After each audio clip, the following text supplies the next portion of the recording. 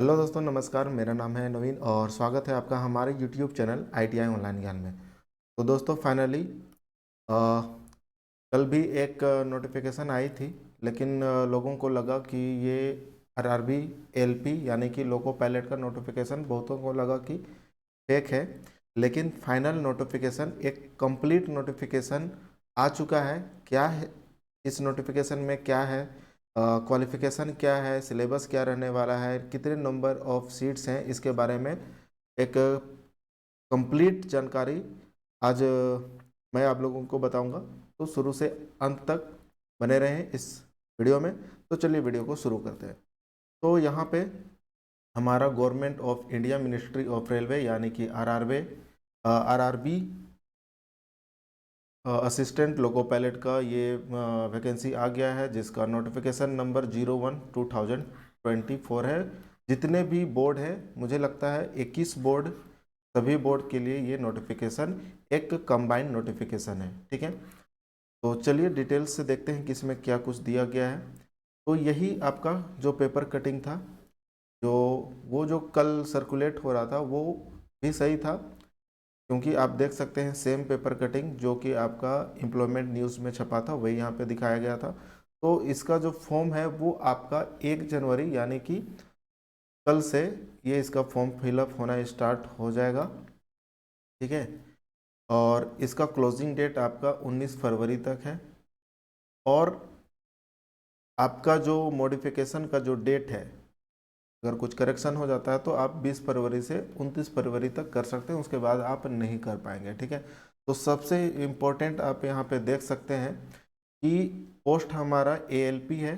ठीक है, जिसे हम लोग असिस्टेंट लोको पायलट कहते हैं, लेवल 2 में आता है, जिसका बेसिक जो पे है 19,900 है, और जिसमें मेडिकल स्टैंडर्ड A1 मांगा गया है, और एज क्राइटेरिया आपका 18 से 30 रखा गया है। ठीक है, और नंबर ऑफ पोस्ट है ना, नंबर ऑफ पोस्ट जिसको लेकर सभी स्टूडेंट्स को, सभी कैंडिडेट्स को आशंका थी कि ये इतना कम नंबर कैसे हो सकता है, लेकिन ये फाइनल नोटिफिकेशन में आप देख सकते हैं नंबर ऑफ पोस्ट मात्र 5,696, यानी कि लगभग 5,500 हम लोग मान सकते हैं। तो काफ़ी कम वैकेंसी यहाँ पे आरआरबी 2024 में ये दिया गया है। पिछले बार का बात करें तो लगभग मुझे लगता है अ, लगभग 60,000 के आसपास वैकेंसी थी, और जो जिसकी तुलना में अगर आप देखें तो लगभग 10 गुना कम है। तो बहुत ही कम वैकेंसी इस बार। खैर, अब नंबर ऑफ सीट्स आपको कैसे बढ़वाना है, इसके लिए हम सभी को मेहनत करना पड़ेगा। तो चलिए अब हम लोग इसमें क्या बाकी डिटेल्स दिया हुआ है, क्या सिलेबस रहने वाला है, किस तरह से एग्जामिनेशन होगा अगर आप इसे फिलअप करते हैं। तो सबसे पहले मैं आपको बता देता हूँ कि इसमें जो एलिजिबिलिटी है, क्वालिफिकेशन मांगा गया है, इसमें आप आईटीआई, ठीक है, आईटीआई जो है सभी ट्रेड्स के, कौन कौन से ट्रेड्स वो मैं बता दूंगा लास्ट में। उसके बाद डिप्लोमा, डिप्लोमा जो कि आपका मैकेनिकल, इलेक्ट्रिकल, इलेक्ट्रॉनिक्स, ये आपका भर सकते हैं डिप्लोमा। और बीटेक, इन्हीं ब्रांचों में जिन्होंने बीटेक किया है वे सभी भी इस पद के लिए एलिजिबल होते हैं। तो खास करके आईटीआई वाले खास करके ध्यान देंगे कि आपके लिए एक सुनहरा मौसम अवसर है, क्योंकि अभी जो है ये सिर्फ असिस्टेंट लोको पायलट का आया है। हो सके तो अभी टेक्नीशियन का, पहले क्या होता था एएलपी और टेक्नीशियन दोनों का साथ में निकलता था, लेकिन यहाँ पे सिर्फ अभी एएलपी का निकला हुआ है, और टेक्नीशियन का हो सके तो कुछ ही दिनों में आपको नोटिफिकेशन देखने को मिल सकता है। तो आप तैयारी करें। आईटीआई वालों के लिए टेक्नीशियन में बहुत ही अच्छा, कम नंबर पे बहुत ज़्यादा संख्या में आईटीआई वालों का सिलेक्शन होता है, क्योंकि वो पोस्ट ही आईटीआई वालों के लिए होता है सेपरेट। एएलपी जो होता है इसमें आईटीआई, डिप्लोमा, बीटेक सभी यहाँ पे एलिजिबल होते हैं, लेकिन टेक्नीशियन में सिर्फ आप आईटीआई वाले कर सकते हैं। तो चलिए हम लोग देखते हैं कि क्या क्या यहाँ पे इम्पोर्टेंट दिया हुआ है। तो सबसे पहले बात करें यहाँ पे, तो एग्जामिनेशन जो होगा 3 चरण, मेन 3 चरण होंगे एग्जामिनेशन का। CBT 1, ठीक है, CBT 2 और CBAT यानी कि कंप्यूटर बेस्ड एप्टीट्यूड टेस्ट, जिसे हम लोग साइको कहते हैं, यानी कि ये 3 मेन एग्जामिनेशन के यहाँ पे फेस होने वाले हैं। और तीनों फेस में क्या क्या सिलेबस है इसके बारे में चलिए हम लोग देखते हैं। तो यहाँ पे क्या मेडिकल क्या फिटनेस मांगा गया है, तो A1 कैटेगरी का आपको पता है कि अगर लोको पायलट में जाना है तो आप जो आँख यानी कि आई जो होता है वो 6/6 का होना चाहिए, ठीक है। नियर विजन आपका 0.66, ये आपका कैटेगरी है, मतलब ये क्राइटेरिया होता है। आपका कलर ब्लाइंडनेस वगैरह नहीं होना चाहिए आँख के लिए खास करके। उसके बाद यहाँ पे हम लोग आएंगे नीचे में, ठीक है। ये कैटेगरी वाइज आपका क्या क्या छूट एज में मिलने वाला है। एज आप यहाँ पे देख सकते हैं, एज जो है आपका UR EWS के लिए आपका जो एज है, ठीक है, 1994 से पहले का नहीं होना चाहिए, इसके मतलब इसके बाद का नहीं होना चाहिए, इससे पहले तक आप आवेदन कर सकते हैं। और SC ST के लिए आपका 2/7/1989, ठीक है। तो इस एज तक आप अप्लाई कर सकते हैं, ठीक है। ये तो मैक्सिमम अपर लिमिट का हो गया एज में, और इससे पहले का नहीं होना चाहिए, है ना। यानी कि 2006 के बाद का नहीं होना चाहिए, इसके बाद का एज नहीं होना चाहिए। यानी कि अगर हम बात करें तो UR और EWS में है तो 1994, 2/7/1994 से लेकर 1/7/2006, और यदि आप OBC से हैं तो आपका 1991 से लेकर 2006 के बीच में आपका डेट ऑफ बर्थ होना चाहिए। अगर आप SC ST से हैं तो आपका 2/7/1989 से लेकर 1/7/2006 के बीच में आपका एज होना चाहिए, ठीक है। ये तो रह गया एज का बात। अब हम लोग यहाँ पे क्वालिफिकेशन का बात कर लेते हैं। यहाँ पे फी जो है आपका CBT, मतलब जो फी जो है अप्लाई करने के लिए आपको यहाँ पे 500 रुपये आपको यहाँ पे फी देना पड़ेगा। और आपका ST SC जो फीमेल ट्रांसजेंडर उनके लिए 250 का ये मतलब फ़ी आपको लगने वाला। तो ये मेन ये नहीं है, पेमेंट वगैरह जो भी लगने वाला है हम लोग मेन हम लोग सिलेबस यहाँ पे देख लेते हैं। तो सबसे नीचे यहाँ पे हम लोग आते हैं, 1 मिनट,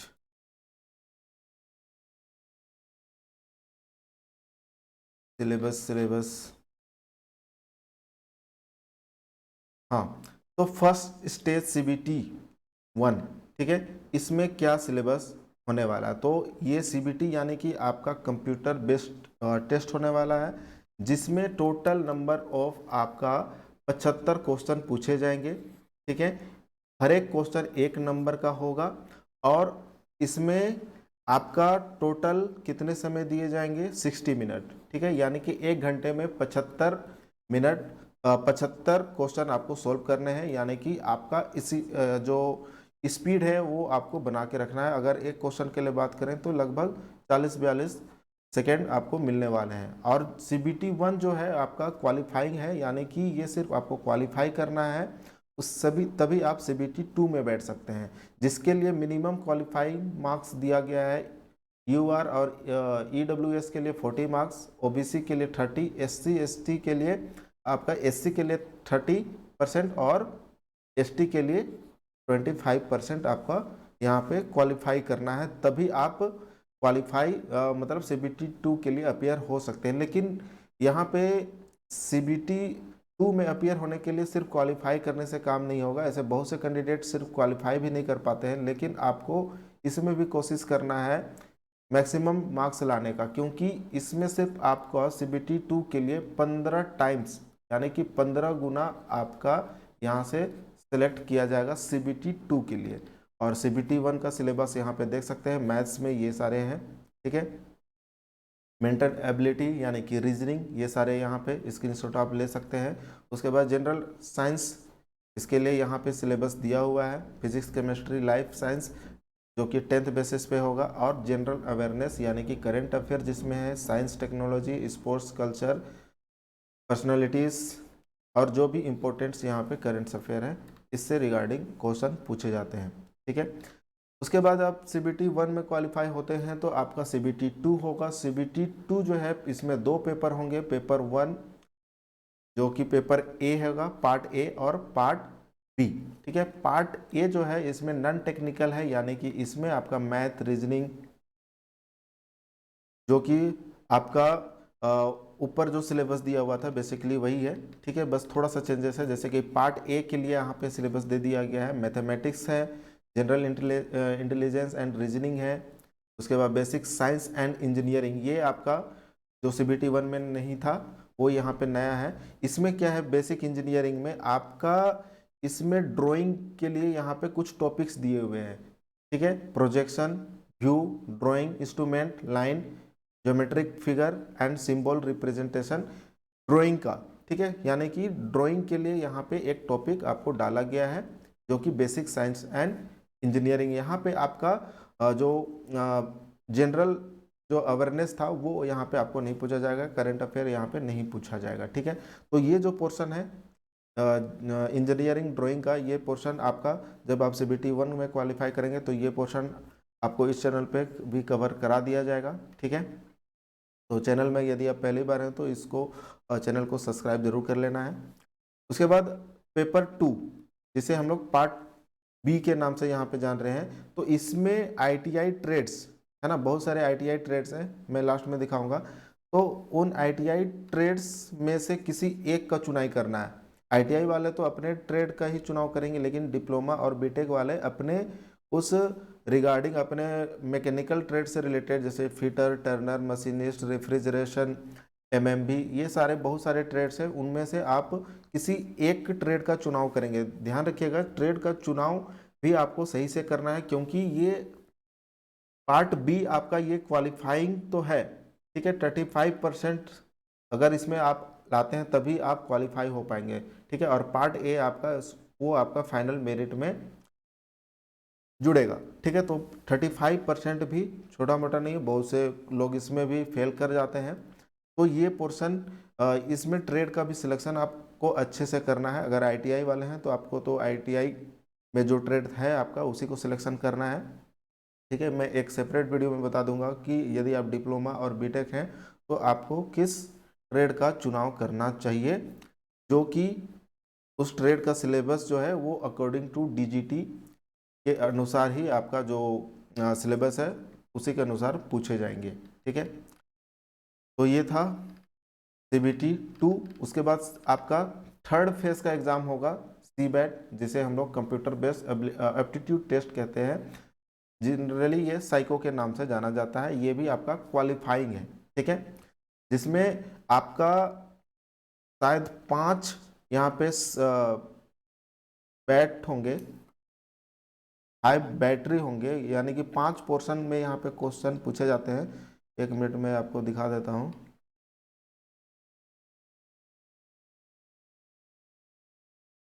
ये भी आपका क्वालिफाइंग होगा। ठीक है, जिसमें आपको 42% हर एक बैटरी में आपको सेपरेटली, यानी कि 5 ये होगा बैटरी होगा, मतलब अलग अलग सेगमेंट होता है, उसमें आपको 42 मार्क्स लाना ही लाना है। लेकिन 42 सिर्फ काम लाने से मतलब लाने से नहीं होगा, इसमें भी आपको मैक्सिमम स्कोर करना है। तो ये थर्ड फेज का है। अभी तो खैर आप CBT 1 का तैयारी करेंगे। ठीक है, उसके बाद आपका DB होगा और आपका मेडिकल होगा, उसके बाद आपका फाइनल मेरिट लिस्ट आएगा। तो देख सकते हैं आप इन यहाँ पे 21 बोर्ड हैं। ठीक है, इनमें से आप किसी में भी अप्लाई कर सकते हैं। चलिए हम लोग बोर्ड वाइज यहाँ पे देख लेते हैं कि कितना नंबर ऑफ सीट है, जो कि सबसे नीचे दिया हुआ है।